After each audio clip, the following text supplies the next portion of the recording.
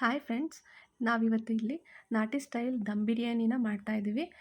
ನಾಟಿ ಸ್ಟೈಲ್ ದಮ್ ಬಿರಿಯಾನಿ ಮಾಡಲಿಕ್ಕೆ ನಾವಿಲ್ಲಿ ತೊಗೊಂಡಿರೋಂಥ ಐಟಮ್ಸು ಈರುಳ್ಳಿ, ಶುಂಠಿ ಬೆಳ್ಳುಳ್ಳಿ ಪೇಸ್ಟು, ಹಸಿಮೆಣಸಿನ್ಕಾಯಿ ಪೇಸ್ಟ್ ಮಾಡಿಟ್ಕೊಂಡಿರೋದು, ಮತ್ತು ಟೊಮೊಟೊ ಪ್ಯೂರಿ, ಮತ್ತು ಪುದೀನ, ಮೆಂತ್ಯ ಮತ್ತು ಕೊತ್ತಂಬರಿ ಸೊಪ್ಪನ್ನ ಮೂರನ್ನು ಸೇರಿಸಿ ರುಬ್ಬಿಟ್ಕೊಂಡಿರೋಂಥ ಪೇಸ್ಟು.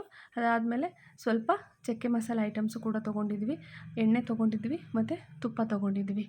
ಸೊ ಇಲ್ಲಿ ನಾವಿಲ್ಲಿ ಅಮ್ಮನ ಊರಲ್ಲಿ ಮಾರಮ್ಮ ಹಬ್ಬ ಇತ್ತು, ನಾನ್ ವೆಜ್ ಹಬ್ಬ. ಸೊ ಆ ಹಬ್ಬಕ್ಕೆ ಎಲ್ಲ ನೆಂಟರು ಎಲ್ಲರೂ ಬರ್ತಾರೆ. ಸೊ ಅವ್ರಿಗೂ ಸೇರಿಸ್ಬಿಟ್ಟು ಸ್ವಲ್ಪ ಬಿರಿಯಾನಿನೂ ಕೂಡ ಮಾಡೋಣ ಅಂತ ಹೇಳಿ ಚಿಕನ್ ಬಿರಿಯಾನಿ ಕೂಡ ರೆಡಿ ಮಾಡ್ಕೊತಾ ಇದ್ದೀವಿ. ಇಲ್ಲಿ ನಾವಿಲ್ಲಿ 1.5 kg ಅಷ್ಟು ಅಕ್ಕಿ ತೊಗೊಂಡಿದ್ವಿ ಮತ್ತು 2.5 kg ಅಷ್ಟು ಚಿಕನ್ ತೊಗೊಂಡಿದ್ದೀವಿ. ಸೊ ಇಲ್ಲಿ ಒಂದು ಪಾತ್ರೆಗೆ ಎಣ್ಣೆ ಹಾಕಿಬಿಟ್ಟು ಅದಾದಮೇಲೆ ಸ್ವಲ್ಪ ಒಂದು 2-3 ಪಲಾವ್ ಎಲೆ, ಒಂದು 2 ಇಂಚಷ್ಟು ಚಕ್ಕೆ, ಲವಂಗ, ಏಲಕ್ಕಿ, ಮೆಣಸು ಎಲ್ಲದನ್ನು ಹಾಕಿ ಸ್ವಲ್ಪ ಒಂದು 2-3 ಸ್ಪೂನಷ್ಟು ತುಪ್ಪನೂ ಕೂಡ ಸೇರಿಸ್ಕೊಂಡು ಚೆನ್ನಾಗಿ ಮಿಕ್ಸ್ ಮಾಡ್ಕೊತೀವಿ.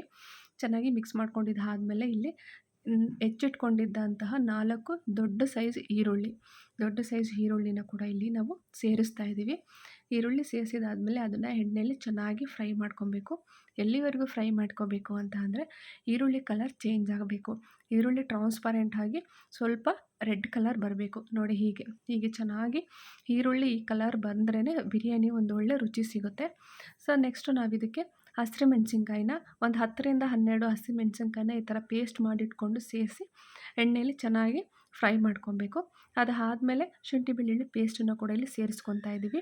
ನಮ್ಮ ಕೈಯಲ್ಲಿ 1.5 ಹಿಡಿಯಷ್ಟು ಬೆಳ್ಳುಳ್ಳಿ ಮತ್ತು 1 ಹಿಡಿಯಷ್ಟು ಶುಂಠಿನ ಇಲ್ಲಿ ರುಬ್ಬಿಟ್ಕೊಂಡಿದ್ವಿ. ಸೊ ಅದನ್ನು ಕೂಡ ಹಾಕಿದ್ದೀವಿ.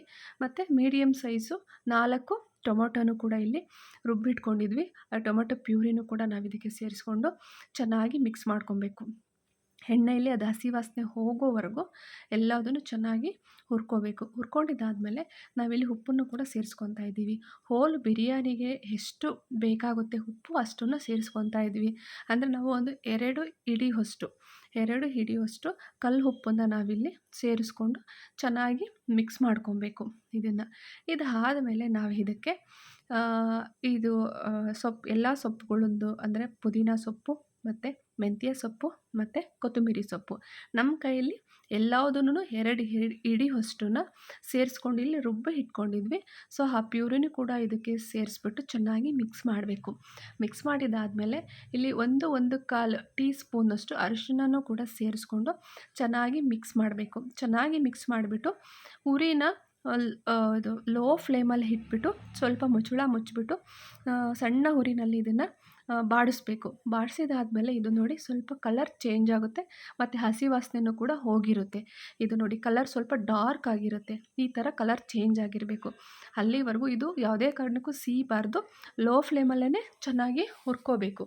ಹುರ್ಕೊಂಡಿದ್ದಾದಮೇಲೆ ನಾವು ಇದಕ್ಕೆ ಒಂದು 3 ಟೇಬಲ್ ಸ್ಪೂನಷ್ಟು ಖಾರದ ಪುಡಿನ ಸೇರಿಸ್ಕೊಬೇಕು. ಖಾರದ ಪುಡಿ ಸೇರಿಸ್ಬಿಟ್ಟು ಚೆನ್ನಾಗಿ ಮಿಕ್ಸ್ ಮಾಡ್ಕೊತಾ ಇದ್ದೀವಿ.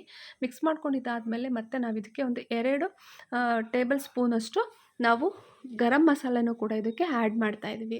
ಈ ಗರಂ ಮಸಾಲೆ ಮತ್ತು ಖಾರದ ಪುಡಿ ಮತ್ತು ಈ ಮಸಾಲೆ ಜೊತೆಗೆ ಚೆನ್ನಾಗಿ ಹೊಂದ್ಕೊಳ್ಳೋವರೆಗೂ ಚೆನ್ನಾಗಿ ಮಿಕ್ಸ್ ಮಾಡ್ಕೊಬೇಕು ಸಣ್ಣ ಹುರಿನಲ್ಲೇ. ಇದಾದಮೇಲೆ ನಾವು ಒಂದು 2-2.5 kg ಚಿಕನ್ನ ಕ್ಲೀನ್ ಮಾಡಿ ಇಟ್ಕೊಂಡಿದ್ವಿ. ಸೊ ಆ ಚಿಕನನ್ನು ಕೂಡ ಈ ಮಸಾಲೆಗೆ ಆ್ಯಡ್ ಮಾಡಿ ಚೆನ್ನಾಗಿ ಹುರ್ಕೋಬೇಕು. ಈ ಮಸಾಲೆ ಎಲ್ಲನ ಚಿಕನ್ಗೆ ಚೆನ್ನಾಗಿ ಹಿಡಿಬೇಕು. ಅಲ್ಲಿವರೆಗೂ ಇದನ್ನು ಸ್ವಲ್ಪ ಎಣ್ಣೆಯಲ್ಲಿ ಮತ್ತು ಈ ಮಸಾಲೆಯಲ್ಲಿ ಚೆನ್ನಾಗಿ ಬಾಡಿಸ್ಕೋಬೇಕು. ಬಾಡಿಸ್ಕೊಂಡಿದ್ದಾದಮೇಲೆ ನಾವಿದಕ್ಕೆ ನೀರನ್ನು ಕೂಡ ಆ್ಯಡ್ ಮಾಡ್ತೀವಿ. ನೀರನ್ನು ಎಷ್ಟು ಆ್ಯಡ್ ಮಾಡಬೇಕು ಅಂತ ಅಂದರೆ 1.5 kg ಅಕ್ಕಿ ಅಂದರೆ ನಾವು ಒಂದು ಗ್ಲಾಸಲ್ಲಿ ಅಳತೆ ಮಾಡ್ಕೊಂಡಿದ್ವಿ. ಒಂದು ದೊಡ್ಡ ಗ್ಲಾಸಲ್ಲಿ 5 ಗ್ಲಾಸ್ ಅಕ್ಕಿ, 5 ಗ್ಲಾಸ್ ಅಕ್ಕಿಗೆ ನಾವು 10 ಗ್ಲಾಸು ನೀರನ್ನು ಸೇರಿಸ್ಕೊತಾ ಇದ್ದೀವಿ. 10 ಗ್ಲಾಸ್ ನೀರನ್ನು ಹಾಕಿಬಿಟ್ಟು ಚೆನ್ನಾಗಿ ಮಿಕ್ಸ್ ಮಾಡಬೇಕು. ಈ ಹಾಕಿದ್ದ ನೀರು, ಮಸಾಲೆ, ಚಿಕನ್ನು ಎಲ್ಲ ಚೆನ್ನಾಗಿ ಹೊಂದ್ಕೊಳ್ಳೋವರೆಗೂ ಇದನ್ನು ಸ್ವಲ್ಪ ಚೆನ್ನಾಗಿ ಮಿಕ್ಸ್ ಮಾಡಿಬಿಟ್ಟು ಇದನ್ನು ಮೀಡಿಯಮ್ ಉರಿನಲ್ಲಿ ಬೇಯಿಸ್ಕೊಬೇಕು. ಮುಚ್ಚಳನ ಮುಚ್ಚಿಬಿಟ್ಟು ಒಂದು ಕುದಿ ಬರೋವರೆಗೂ ಇದನ್ನು ಲೋ ಫ್ಲೇಮಲ್ಲೇ ಮೀಡಿಯಮ್ ಫ್ಲೇಮಲ್ಲೇ ಚೆನ್ನಾಗಿ ಬೇಯಿಸ್ಕೊಬೇಕು. ನೋಡಿ ಈಗ ಕುದೀತಾ ಇದೆ, ಇಲ್ಲಿ ಕಾಣಿಸ್ತಾ ಇದೆಯಾ, ಕುದೀತಾ ಇದೆ. ಸೊ ಅಲ್ಲಿ ಒಂದು ಕುದಿ ಬರೋವರೆಗೂ ಇದನ್ನು ಚೆನ್ನಾಗಿ ಬೇಯಿಸ್ಕೊಂಡು ಅದಾದಮೇಲೆ ನಾವಿಲ್ಲಿ ಅಕ್ಕಿನ ಮುಂಚೆನೇ ತೊಳೆದ್ಬಿಟ್ಟು ನೆನೆಸಿಟ್ಕೊಂಡಿದ್ವಿ. ನೆನೆಸಿಟ್ಕೊಂಡಿದ್ದಂಥ ಅಕ್ಕಿನ ಇದಕ್ಕೆ ಸೇರಿಸ್ಕೊತಾ ಇದ್ವಿ. ಹೆಚ್ಚು ಕಡಿಮೆ 5 ಲೋಟದಷ್ಟು, ದೊಡ್ಡ ಲೋಟದಲ್ಲಿ 5 ಲೋಟದಷ್ಟು ಅಕ್ಕಿನ ಸೇರಿಸ್ಕೊಂಬಿಟ್ಟು ಚೆನ್ನಾಗಿ ಮಿಕ್ಸ್ ಮಾಡಬೇಕು. ಇದು ಅಕ್ಕಿ, ಚಿಕನ್ನು ಮತ್ತು ಮಸಾಲೆ ಚೆನ್ನಾಗಿ ಹೊಂದ್ಕೋಬೇಕು. ಆಲ್ರೆಡಿ ನಾವು ಉಪ್ಪನ್ನ ಆ್ಯಡ್ ಮಾಡಿದ್ವಿ. ಸೊ ಚೆನ್ನಾಗಿ ತಿರುವಿಬಿಟ್ಟು ಇದನ್ನು ಸಣ್ಣ ಹುರಿನಲ್ಲಿ ಮುಚ್ಚಳ ಮುಚ್ಚಿಬಿಟ್ಟು ಬೇಯಿಸ್ಕೋಬೇಕು. ಆಗಾಗ ಇದನ್ನು ಮುಚ್ಚಳ ತೆಗೆದುಬಿಟ್ಟು ತಿರುತ್ತಾ ಇರಬೇಕು. ಹೀಗೆ ನೋಡಿ, ಇಲ್ಲಾಂದರೆ ತಳ ಹಿಡಿದ್ಬಿಡುತ್ತೆ. ತಿರುಗಿಸ್ತಾ ಹಾಗೆ ಮೀಡಿಯಮ್ ಫ್ಲೇಮಲ್ಲಿ ಇದನ್ನು ಬೇಯಿಸ್ಕೊಂಬಿಟ್ಟು ನೆಕ್ಸ್ಟ್ ಇದಕ್ಕೆ ನೀರೆಲ್ಲ ಹಿಂಗಿದ್ಮೇಲೆ ಈ ರೀತಿ ದಮ್ ಕಟ್ಟಬೇಕು.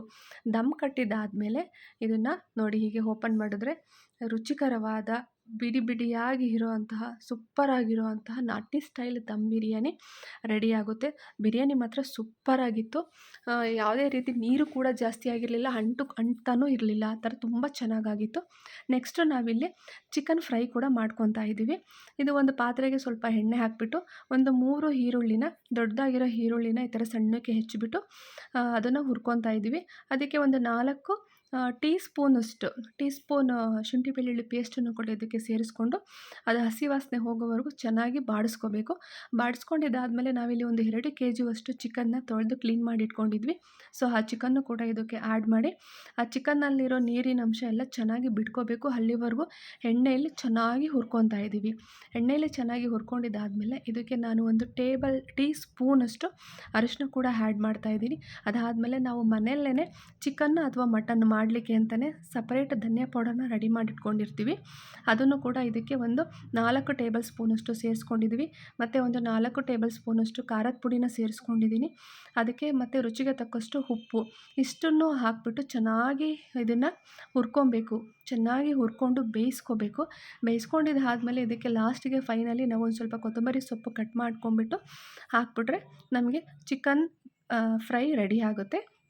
ಚಿಕನ್ ಬಿರಿಯಾನಿ ಜೊತೆಗೆ ಸೆಮಿ ಗ್ರೇವಿ ಇರುವಂತಹ ಚಿಕನ್ ಫ್ರೈ ಕೂಡ ರೆಡಿ ಆಯಿತು.